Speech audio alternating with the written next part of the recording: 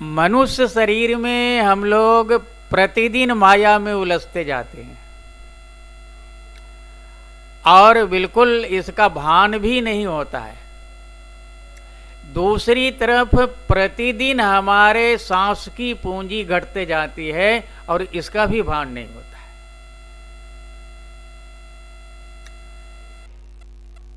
आप कल्पना भी नहीं कर सकते हैं कि भगवान की माया कितनी जबरदस्त होती है।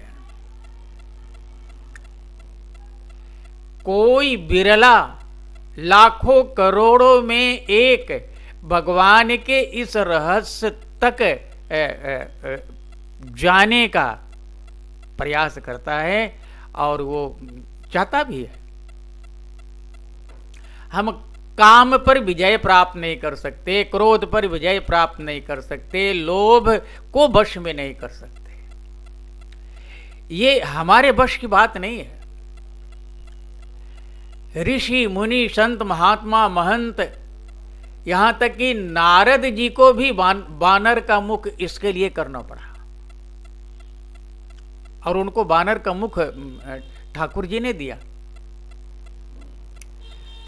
ऐसे लोग जब इस पर नियंत्रण नहीं करते हैं तो हम 2 टके के लोग इसको कैसे अपने बस में कर सकते हैं। कभी हमने पुण्य बढ़ाने का प्रयास किया,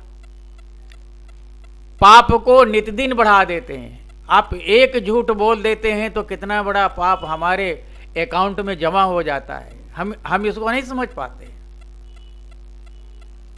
ना तो हम भगवान के चरणों का ध्यान करते हैं, ना तो हम उनका नाम जपते हैं, ना उनसे प्रेम करते हैं, ना तो उनके लिए जीने का प्रयास करते हैं। एक मनुष्य का शरीर संतों के अनुसार लाखों वर्ष के बाद दोबारे मिलता है। अब लाखों वर्ष जो मनुष्य का शरीर मिलता है, आप सोचिए वो शरीर कितना दुर्लभ है और हम उसको कभी भी उस रूप में इस शरीर को नहीं लेते हैं कि इस दुर्लभ शरीर से दुर्लभ काम किया जाए और भगवान तक इस शरीर से यात्रा की जाए। कभी सोच भी नहीं पाते हैं। इसी और गृह कारज नाना जंजाला, ये जो तुलसीदास जी कहते हैं, इसमें हम अपने को ऐसे उलझा लेते हैं, ऐसे उलझा लेते हैं कि कब हमारा बचपन बीता, कब हमारा जवानी बीता, कब हमारा तीसरापन बीता, कब हमारा गृहस्थपन बीता, कुछ पता नहीं चलता है। और अंत में और हमारे जाने की बारी आ जाती है और हम हाथ मलते रह जाते हैं। मेरे भाई, आप मनुष्य शरीर यदि आपको मिला है और आप समझते हैं कि हमको मनुष्य शरीर मिला है, मनुष्य का शरीर मिला है, तो निश्चित रूप से भगवान का भजन करिए।